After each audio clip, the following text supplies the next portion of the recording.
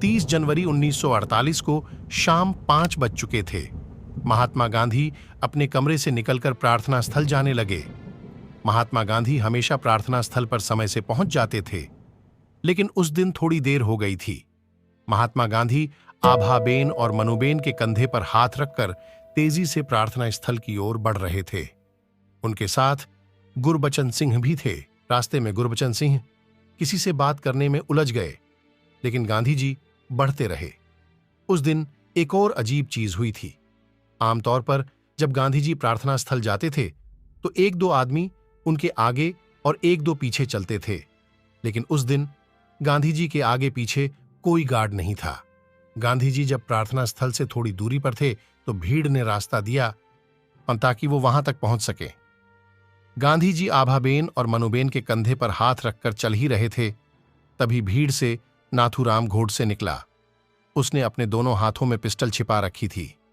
वो पैर छूने के बहाने गांधी जी के आगे झुका और फिर उठकर ताबड़तोड़ 3 गोलियां चला दी।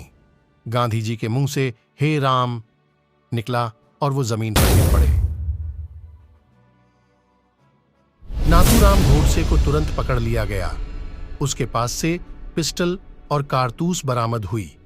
गंभीर रूप से घायल हो चुके गांधी जी को बिरला हाउस के एक कमरे में ले जाया गया, लेकिन वहां उनकी मौत हो गई। गांधी जी की हत्या करने के बाद नाथूराम गोडसे ने क्या कहा था? हां, यह सही है कि मैंने ही महात्मा गांधी पर पिस्टल से गोलियां चलाईं। मैं महात्मा गांधी के सामने खड़ा था। मैं उन पर 2 गोलियां चलाना चाहता था ताकि कोई और जख्मी ना हो। मैंने अपनी हथेलियों में पिस्टल रखी थी और उन्हें प्रणाम किया। मैंने अपनी जैकेट के अंदर से ही पिस्टल का सेफ्टी कैच निकाल दिया था। मुझे लगता है कि मैंने 2 गोलियां चलाईं। हालांकि पता चला है कि मैंने 3 गोलियां चलाई थीं। जैसे ही मैंने गोली चलाई, कुछ देर के लिए वहां सन्नाटा छा गया। मैं भी एक्साइटेड हो गया था। मैंने चिल्लाया, पुलिस, पुलिस, आओ। अमरनाथ आया और उसने मुझे पीछे से पकड़ लिया।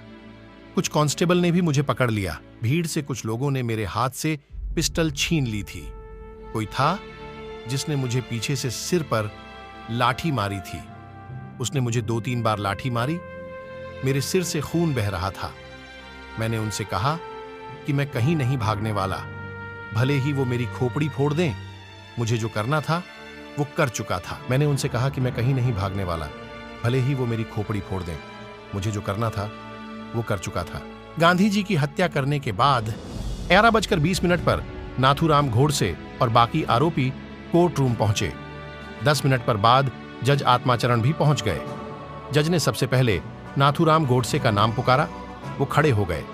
फिर बारी बारी से सभी आरोपियों का नाम लिया। गांधी हत्याकांड में कुल 9 लोगों को आरोपी बनाया गया था। इनमें नाथूराम गोडसे, नारायण आप्टे, गोपाल गोडसे, विष्णु करकरे। फिर आया फैसले का दिन। तारीख 10 फरवरी 1948। दिन गुरुवार। जगह दिल्ली का लाल किला। सुबह से ही भारी भीड़ थी। सुरक्षा भी तगड़ी थी। इसी दिन महात्मा गांधी की हत्या पर फैसला आना था। लाल किले के अंदर ही स्पेशल कोर्ट बनाई गई थी। नाथूराम गोडसे और नारायण आप्टे को 15 नवंबर 1939 को अंबाला की सेंट्रल जेल में फांसी दी गई।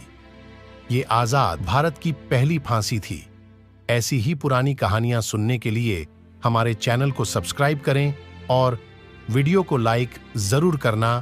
Thank for watching.